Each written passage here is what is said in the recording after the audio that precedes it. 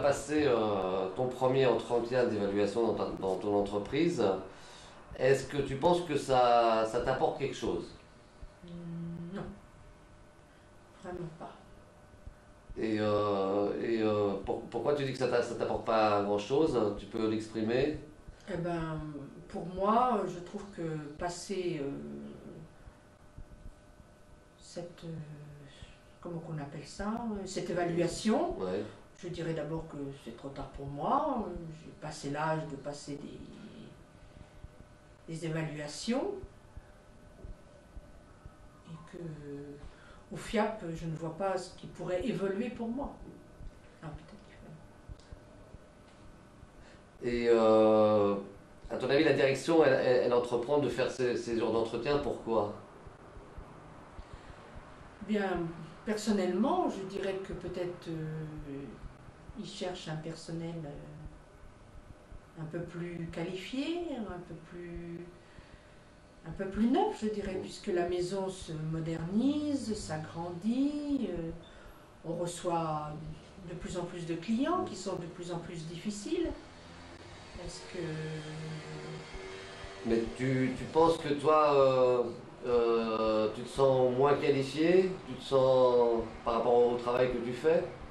Ah non, moi je me sens bien dans ma peau, c'est le cas de le dire. Mm. Moi je pense que ce que je le fais le mieux que je Mm. peux, mais peut-être que c'est pas encore ce qu'il faudrait, Mais non?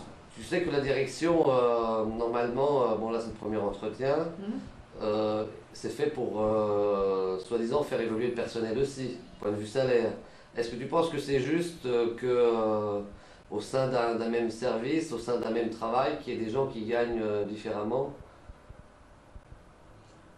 D'un même service, ben, il y a combien de services dans la maison? Non, mais mettons, si on prend ton service là où tu travailles toi, est-ce que... Ah non, ça je n'apprécierais pas, non. Hmm. Non, ça j'apprécierais pas. Parce que je pense qu'on est tout à faire le même travail et ça non, j'apprécierais pas. J'apprécierais pas qu'on donne plus à certaines qu'à d'autres, hein, sous prétexte que... Non.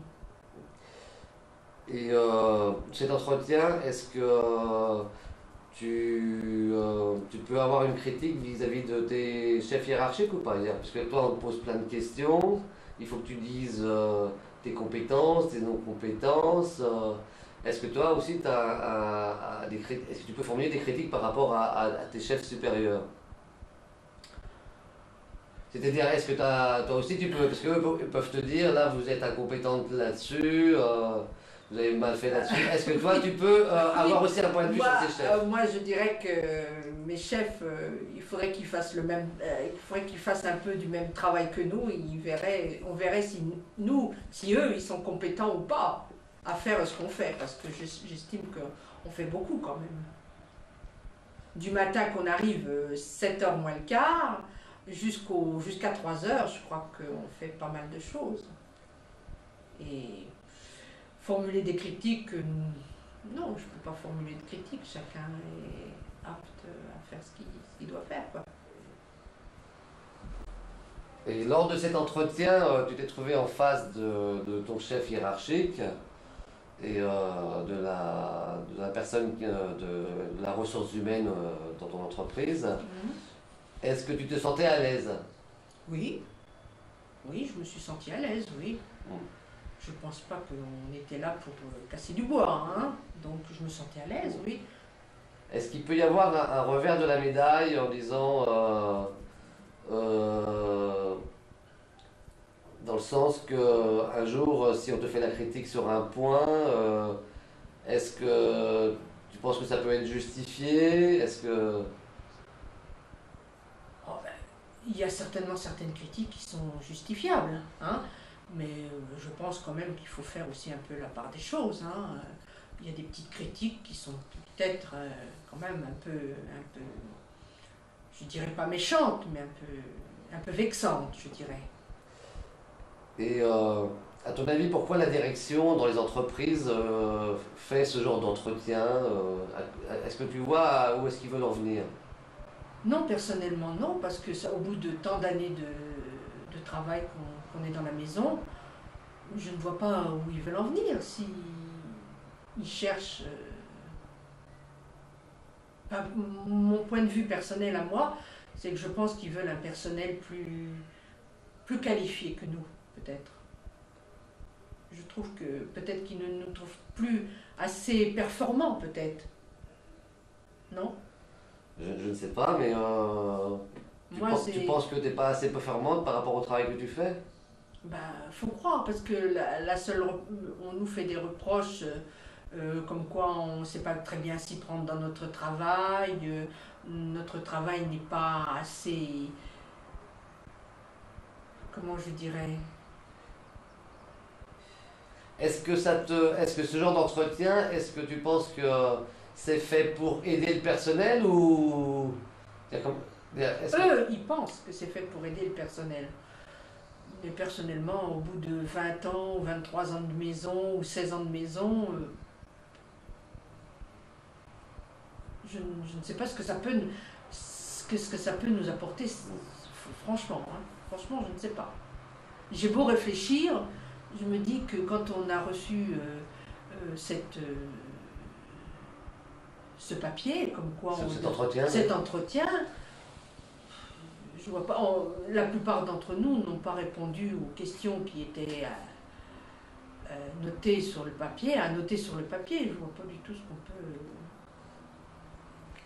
Parce que eux, peut-être, ils pensent qu'au travers de son entretien, bon, c'est améliorer la qualité des services, du travail. Mais est-ce que tu crois que ça peut amener à améliorer votre travail à vous, vos conditions de travail, pour de meilleures conditions de travail? Est-ce que si tu leur dis on n'est pas assez pour faire le travail, est-ce que tu crois ils vont aller dans ton sens en disant on va embaucher pour qu'il y ait plus de monde? Non, je ne crois pas. Non, non. Donc ça peut... ouais. Non, non, je ne crois pas. Je ne crois pas, non. Il a été embauché un homme en plus pour les hommes, parce que bon, c'est vrai qu'ils ont beaucoup de travail. Mais pour nous, je ne crois pas qu'on embaucherait d'autres femmes de ménage. Le travail, on doit le faire en temps de temps, et puis c'est tout. C'est à nous de nous débrouiller. Alors qu'est-ce qu'ils veulent alors à ton avis? Mais je ne sais pas, je vous dis, moi, pour moi, j'ai l'impression qu'ils pensent que ils veulent un autre personnel, peut-être. Tu penses qu'un autre personnel pourrait faire les choses mieux que vous? Ah non, non, non, pas du tout. Alors pourquoi ils voudraient un autre personnel alors? Ben, je ne sais pas alors pourquoi passer ce test. Pour nous, il ne nous apporte absolument rien. Si on demande un poste autre, tel que moi, quand on m'a posé la question, qu'est-ce que vous désireriez, qu'est-ce que vous attendez, j'ai répondu que, étant donné avec mon âge, je suis fatiguée, je suis tout ça, je demande à travailler toujours dans cette maison, mais avoir un poste un peu plus allégé. J'ai dit tel que partie commune, travailler à la lingerie. Bon, on m'a dit que on poserait la question, on verrait, mais Madame Moralek m'a dit, vous savez, les parties communes, c'est toujours pareil. Il faut monter, descendre et faire ceci et faire cela. Bon, d'un air de dire que les parties communes étaient aussi difficiles que le deuxième étage. Malheureusement, je pourrais lui dire quand même que les parties communes sont moins difficiles que le deuxième étage. Donc Sylvie, tu étais responsable à la GMF dans les ressources humaines, donc tu as pratiqué les entretiens d'évaluation du personnel ou du service avec qui tu avais affaire. Est-ce que tu peux nous dire à quoi ça peut servir ces entretiens? Bien, les entretiens, d'abord, c'est quelque chose qui vient souvent, qui est à l'initiative de l'entreprise en général et de la hiérarchie dans l'entreprise. Alors, pour l'entreprise, ça sert à, une fois par an, à refaire le point avec chaque salarié, à lui repréciser, à vérifier sur la... Alors, il y a deux côtés normalement dans le bilan. Il y a le côté bilan de l'année qui vient de s'écouler, de regarder un petit peu si les objectifs ont été menés à bien, les objectifs qui avaient été fixés l'année précédente. Et puis ça a un côté aussi prospectif. Quand on critique les objectifs qui ont été donnés l'année précédente, il faut qu'il y ait à la fois de la critique négative et de la critique positive. Et pour l'avenir, eh bien, ça permet d'une part d'étudier avec le salarié quels seraient les souhaits et les possibilités, d'évolution, de formation au sein de l'entreprise ou même à l'extérieur. Donc c'est un point important. Ça permet aussi de refixer bien sûr des objectifs pour l'année suivante en discutant avec le salarié de ce qui l'a gêné pour ne pas réaliser éventuellement complètement ses objectifs l'année précédente. Qu'est-ce qu'on peut améliorer dans les moyens qui sont à sa disposition pour que les objectifs puissent être plus facilement réalisés et éventuellement aussi de les modifier si l'entreprise elle-même a modifié ses objectifs globaux. Et les entretiens que tu avais avec les personnes, est-ce qu'elles appréhendaient ce genre d'entretien ou pas? Toi tu en as pratiqué, comment tu voyais les personnes en face de toi? Alors, est-ce qu'il y avait une peur du fait que tu étais une supérieure hiérarchique Alors, globalement, alors d'abord moi j'avais la plupart du temps sous mes ordres, la plupart des gens à qui je faisais passer les entretiens d'évaluation étaient eux-mêmes des hiérarchiques, d'autres personnes. Donc ils avaient l'habitude de jouer les deux rôles. J'avais aussi des secrétaires qui n'étaient pas hiérarchiques et à qui je faisais également ces entretiens. Je crois qu'il faut d'abord préparer les gens par un petit séminaire de formation à ce que eux, en tant que salariés, ils soient aussi responsables de leur entretien, c'est-à-dire qu'ils regardent leurs objectifs, on leur redonne leurs objectifs de l'année précédente s'ils les ont égarés, mais normalement ils les ont dans leur tiroir, et ils les regardent et on leur dit une semaine avant, on les prévient une semaine avant, en leur disant on va faire le bilan la semaine prochaine, essayez de réfléchir un petit peu à ce que vous pensez de l'année écoulée, et qu'est-ce que vous pensez de votre évolution future. C'est-à-dire qu'il faut qu'ils le préparent. Et à la suite de ça, les gens devraient théoriquement évoluer dans l'entreprise. Comment dire, les gens, ils en attendent quelque chose peut-être de ça. Alors, ce qu'on peut attendre du bilan, c'est d'une part, la plupart du temps, c'est quand même lié à tout ce qui est augmentation individuelle et primes sur le plan du salaire. C'est aussi lié aux souhaits et possibilités de formation, d'évolution dans l'entreprise et d'évolution à l'extérieur. Nous, par exemple, on avait aussi des bilans où on était plutôt en sureffectif dans l'entreprise. Et le bilan, ça pouvait être aussi l'occasion de trouver des solutions, par exemple de formation et d'aide à la création d'entreprises. Est-ce que ce genre d'entretien, est-ce que ça ne peut ne pas favoriser ou défavoriser du personnel? Je pense qu'au niveau global de l'entreprise, il est sûr qu'on essaie d'utiliser chaque personne au mieux de ses compétences, de ses capacités et des possibilités de l'entreprise. Alors après, c'est sûr qu'il y a des gens pour lesquels on imagine qu'ils peuvent évoluer par rapport au travail, à la fonction qu'ils occupent, et donc c'est pas les favoriser par rapport à des critères extérieurs, c'est les favoriser par rapport à leurs possibilités d'évolution et aussi leur souhait de se prendre en charge, de vivre des formations, etc. Puis il y en a d'autres qui disent bon, moi je suis bien là où je suis, j'ai pas envie de bouger de là où je suis, et donc je reste là. Bon, donc je veux dire, il faut prendre en compte à la fois les possibilités qu'il y a d'évolution dans l'entreprise et puis les souhaits de chaque salarié. Et est-ce que tu crois que ça peut pas amener des animosités au sein même d'un service entre une personne que du fait que on lui a dit qu'elle était compétente, qu'elle faisait bien son travail, etc., et on va lui attribuer 2-3 points en plus par rapport à une autre. Est-ce que ça peut pas créer des animosités entre les personnes eux-mêmes, ça? Alors, je pense qu'au niveau, je dirais, des personnes dans le petit groupe qui travaillent ensemble, je pense qu'effectivement, il peut y avoir des comparaisons et ponctuellement des animosités. Mais si chacun comprend bien ces critiques positives et les critiques négatives, et on a discuté qui lui sont adressées, je veux dire que quelqu'un qui dit bah, écoute, moi je fais mon travail moyennement et puis je suis contente et j'ai pas envie d'en faire plus et puis ça sera comme ça, il comprend bien pourquoi en fait quelqu'un d'autre a eu des points en plus. Donc je pense que si c'est expliqué clairement et si c'est pas sur les beaux yeux de la personne, mais si c'est sur des réalités, je crois pas que ça crée à terme des grandes animosités.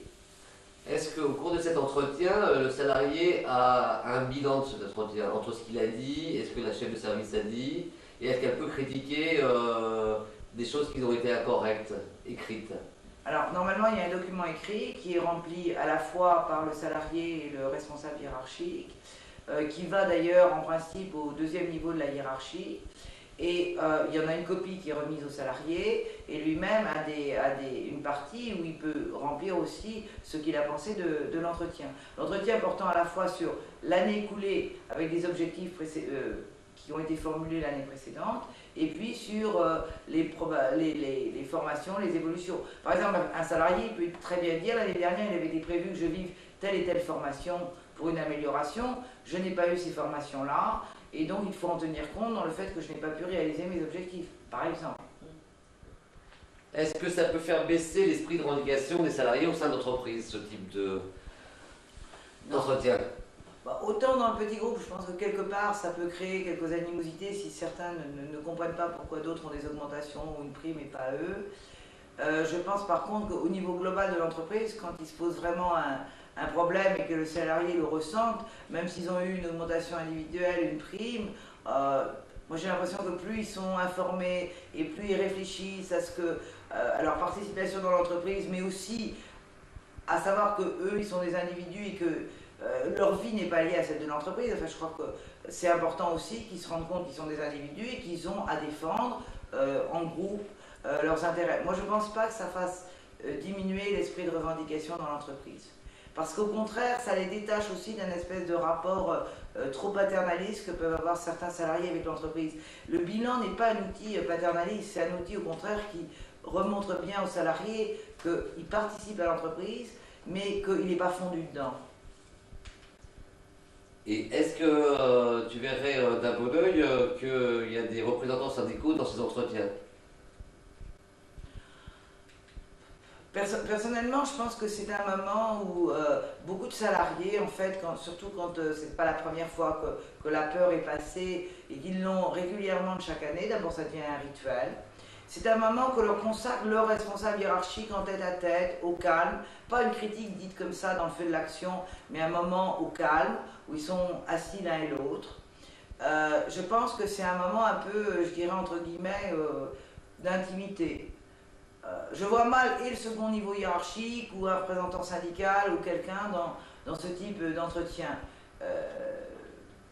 Ça ne me paraît pas bien cadré avec ce qu'on attend de cet échange. Parce que je veux dire que souvent on peut exprimer des peurs, des angoisses, enfin je sais pas. C'est vrai que ça, enfin, je n'ai jamais vu ni eu l'expérience de représentants syndicaux. Si à la demande du salarié, un représentant syndical voulait venir, personnellement, moi, si j'avais eu le gérer, je n'aurais pas trouvé d'inconvénient si c'était à la demande du salarié. En tout cas, il ne faudrait pas que ça soit une procédure systématique et imposée, parce que je pense qu'au contraire, certains salariés aiment bien cette relation à deux. Et est-ce que tu crois que l'objectif de ces entretiens, c'est faire évoluer le salarié d'un point de vue salaire, d'un point de vue entente de bien-être au sein de l'entreprise. Ça sert aussi à faire décompresser l'ambiance, à ce que le salarié se sente bien là où il travaille. Je crois qu'il y a beaucoup de salariés qui ne savent pas bien ou qui ont perdu parce que ça fait longtemps. Bon, bien sûr, au niveau du recrutement, en général, on dit au salarié ce qu'on attend de lui. Mais quelquefois, il y a beaucoup d'années qui sont passées, les choses se sont modifiées, on n'a jamais reclarifié clairement ce qu'on attendait complètement de lui, les conditions de travail se sont modifiées. Donc je pense que cet entretien annuel, effectivement, permet de recadrer bien ce qu'on attend de lui et puis que le salarié, eh bien, il regarde si effectivement ça correspond au travail qu'il s'attend à faire, éventuellement de dire les contraintes qu'il a et que le responsable hiérarchique ne soupçonne pas toujours, parce que des fois il y a des contraintes ou des situations que le responsable hiérarchique ne voit pas parce qu'il ne fait pas lui-même le travail du salarié. Donc ça permet d'après moi une clarification des choses. D'accord, je te remercie. Oui, donc moi je suis réceptionniste dans un hôtel juste dans le 14e. Et donc on a eu à faire pour la première fois cette année un entretien d'évaluation. Pour moi, au départ, je le vois comme la possibilité de refaire le point avec son employeur sur son contrat de travail, mais aussi des questions qu'on peut être amené à se poser depuis un moment et pour lesquelles on n'a aucun interlocuteur. Donc à la base, ça peut être une bonne chose parce que ça permet de redialoguer, de revoir des points sur lesquels on n'était peut-être pas d'accord ou aussi faire le point sur ton emploi. Ensuite, la bonne chose, c'est ça, c'est pouvoir parler avec l'employeur. Mais je pense que l'entretien doit rester assez court. Il ne faudrait pas qu'il dépasse une demi-heure, trois quarts d'heure. Au-delà d'une demi-heure, trois quarts d'heure, je crois que le salarié va être moins vigilant et va peut-être tomber dans une espèce de confidence qui va finir par le laisser, il va se laisser aller à parler et ça va plutôt tourner à pas un règlement de compte, mais plus la base qui est de refaire le point. Et donc tôt ou tard, il peut être amené au cours de l'entretien à discuter et se laisser aller à faire des confidences qui soient sur lui, sur son poste, sur les autres, ou qui peuvent même le desservir lui-même au bout d'un moment parce que il va finir par dire je me sens mal à l'aise dans ceci ou cela. Et au départ, on dit bien que c'est un entretien qui n'a aucune conséquence, mais à voir dans les années futures si on ne va pas se faire servir de ça contre le salarié et non pas contre l'entreprise. On va lui dire mais il y a un an ou deux, vous nous avez dit ceci ou cela sur votre poste et donc ça pourrait finir par se retourner contre lui-même. Je pense qu'il faut que ce soit assez court, ce qui permette au salarié de rester vigilant dans ce qu'il va dire. Il aura préparé un entretien qui pour lui, il va avoir mis quelques points sur papier, il va savoir ce qu'il va avoir à dire. Mais si ça prend la tournure d'une confidence, d'un petit entretien où des deux côtés on se sent à l'aise, on discute, il ne faut pas qu'un jour ou l'autre ça se retourne contre lui ou contre ses collègues de travail. Il ne faut pas que ce soit le lieu où on va finir par venir parler de ses collègues et non pas de ce qu'on a besoin dans l'entreprise. Il faut que ça reste sûrement très technique et non pas sur le ton d'une conversation d'extérieur. Il faut que ça reste bien dans le cadre de l'entreprise. Enfin, à mon avis, ça peut être positif, mais il faut rester vigilant dans ce qu'on va dire au cours de cet entretien. Bon, bonjour Hervé. Donc tu as participé à ton premier entretien d'évaluation ou d'entreprise, peu importe le terme. Est-ce que tu pourrais me dire, ce genre d'entretien, pour toi, dans la forme, qu'est-ce que tu prends de cette forme d'entretien qui se passe aujourd'hui en entreprise? Dans la forme. Effectivement, ça fait donc 5 ans que je travaille au FIAP. Je travaille donc au bar et c'est la première fois que je participe à un entretien d'évaluation, comme il se nomme. Et en fait, il y a on pourrait avoir une double approche de cette question, à savoir une approche concernant le fond et concernant la forme. Alors concernant la forme, moi j'ai une vision un petit peu négative de ce genre d'entretien, puisque l'objectif il est celui-là. Il est d'instaurer au sein d'une entreprise, et là je ne mâche pas mes mots, une espèce de paix sociale. C'est-à-dire que l'objectif, il est en quelque sorte de canaliser une forme de contestation, je dirais un peu libre et extérieure aux décisions que l'entreprise peut prendre ou que l'employeur peut prendre au sein de son entreprise. C'est-à-dire qu'en fait, on amène les gens, les salariés, à discuter un peu en catimini, en huis clos, à travers un entretien un petit peu lisse, convivial, etc. On amène le salarié à se libérer et à se lâcher de tous ces problèmes, de toutes ces difficultés, de toutes ces attentes, etc., etc. Et le côté pervers dans la forme, c'est qu'en fait, l'employeur met le salarié lui-même en face de ses propres responsabilités et de ses propres faiblesses. C'est-à-dire que l'employeur dans la discussion, ou le responsable de service, amène le salarié à réagir et à faire part de ses propres faiblesses. Donc là, c'est un petit côté pervers. Ensuite, sur la forme, dans le déroulement de la discussion et de l'entretien, finalement, qu'est-ce que l'employeur cherche à faire?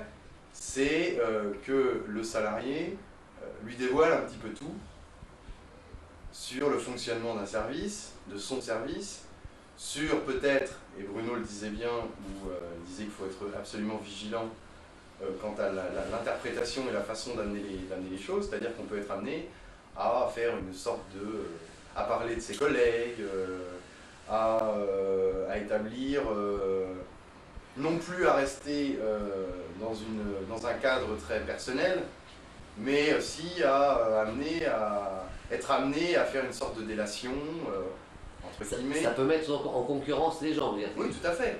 Et c'est là où le principe il est un petit peu pervers, c'est qu'on en arrive à un système qui, dans ses conséquences, va amener à une certaine inégalité. C'est-à-dire qu'on va juger les gens sur leurs compétences, sur leur disponibilité, sur leurs attentes dans l'entreprise.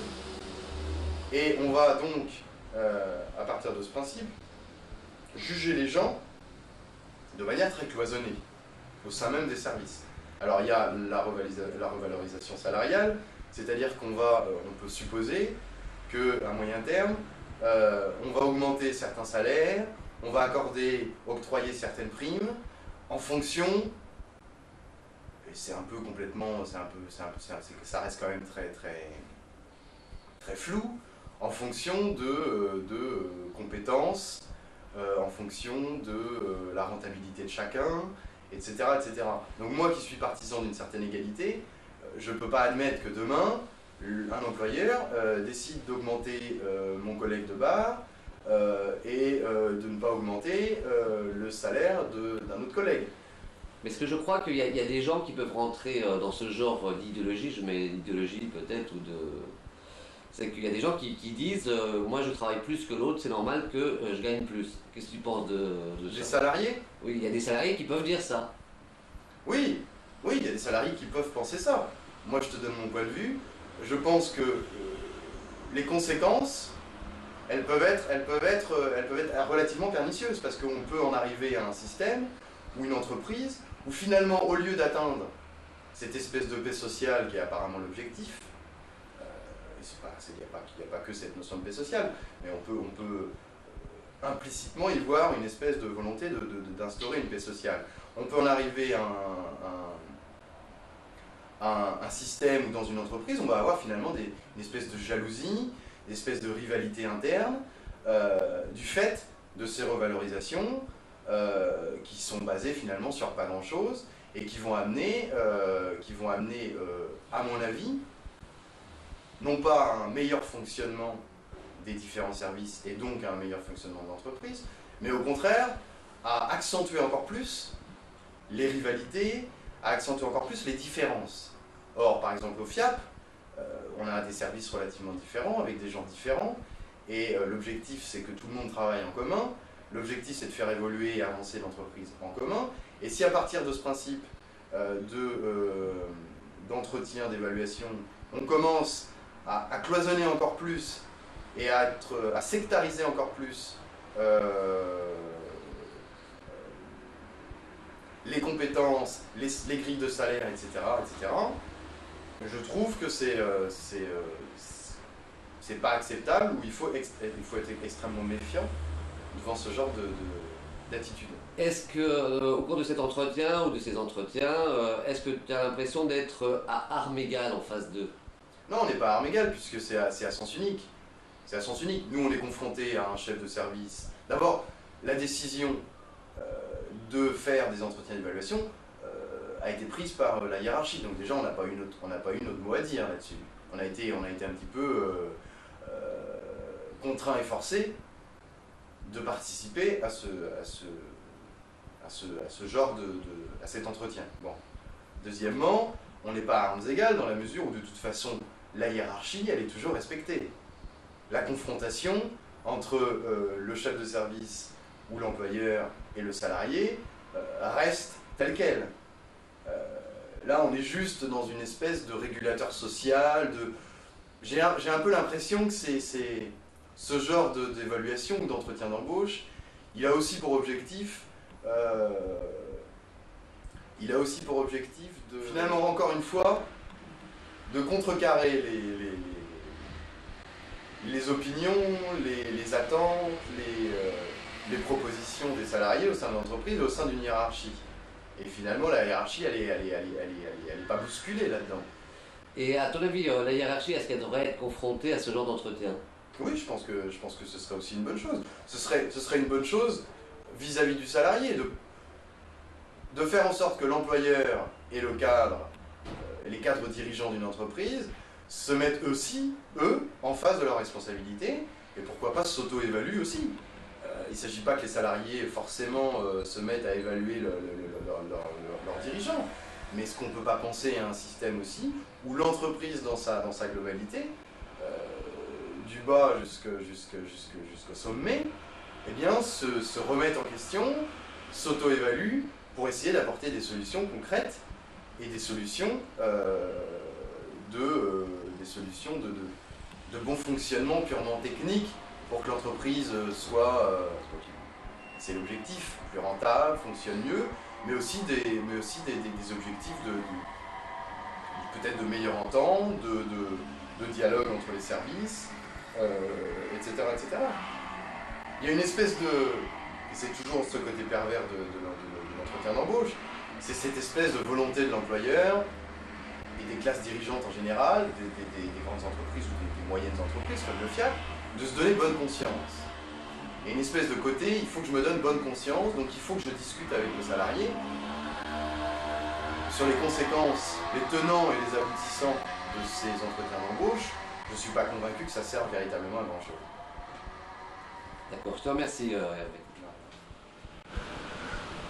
Bonjour Olivier, tu travailles dans une école supérieure d'ingénieurs, je crois, et vous pratiquez les évaluations annuelles, c'est des entretiens. Les entretiens professionnels, oui. Oui, ça se pratique depuis quelques années dans le travail. Pour les entretiens professionnels, est-ce que c'est bien, est-ce que c'est mal, à quoi ça peut servir? Je pense que ça dépend quels sont les objectifs qui sont fixés.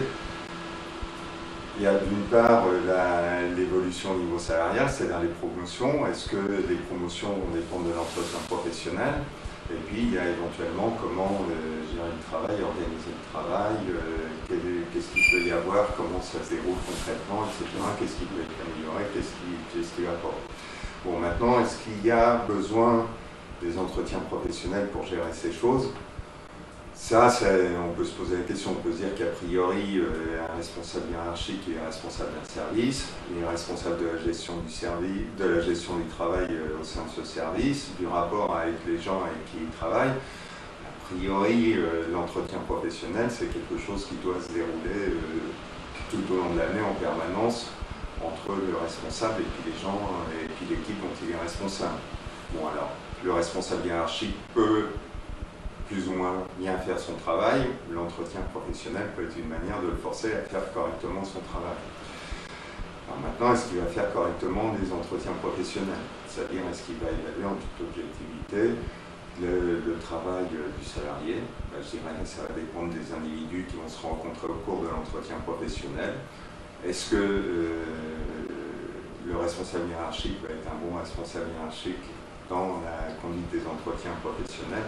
Quand je dis bon, ça ne veut pas dire gentil en termes d'individu, ça veut dire simplement quelqu'un qui saura faire correctement son travail. Tu penses qu'effectivement, une appréciation dans ces entretiens, ça va dépendre du chef hiérarchique, de son point de vue, de son attitude? La discussion, même si on lui fixe ça, si on l'oblige à discuter d'un certain nombre de points, peut aussi se débrouiller pour éluder la discussion sur ces points au cours d'entretien professionnel. Donc je pense vraiment que l'entretien professionnel en tant que tel, ça peut être tout et n'importe quoi. Ça peut apporter plein de choses bien, ça peut apporter plein de choses mal. C'est pas parce qu'on a rebaptisé cette chose entretien professionnel que ça devient un outil miraculeux ou quelque chose de miraculeux. Et puis, il y a... Oui, c'est pas parce qu'on a baptisé ça entretien professionnel que ça peut être obligatoirement autre chose qu'une gestion du personnel à la tête du client. D'accord. Bonsoir Patrick. Bonsoir. Je sais que tu bosses à France Télécom. Oui. Vous pratiquez sûrement les entretiens dits d'évaluation tous les ans. À France Télécom, ça s'appelle les entretiens de progrès. Et est-ce que tu pourrais nous dire un peu en quelques mots à quoi ça sert ces entretiens chez vous?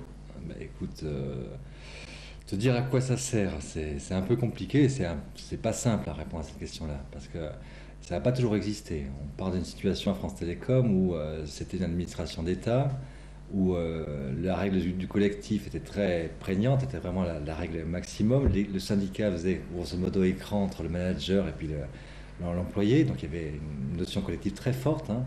Et puis le seul système qui existait à l'époque, c'était un système de notation de fonctionnaires, mais qui avait très peu de conséquences en fait sur la carrière des gens. Donc il fallait vraiment être très très mal noté, c'était assez rare pour avoir des conséquences.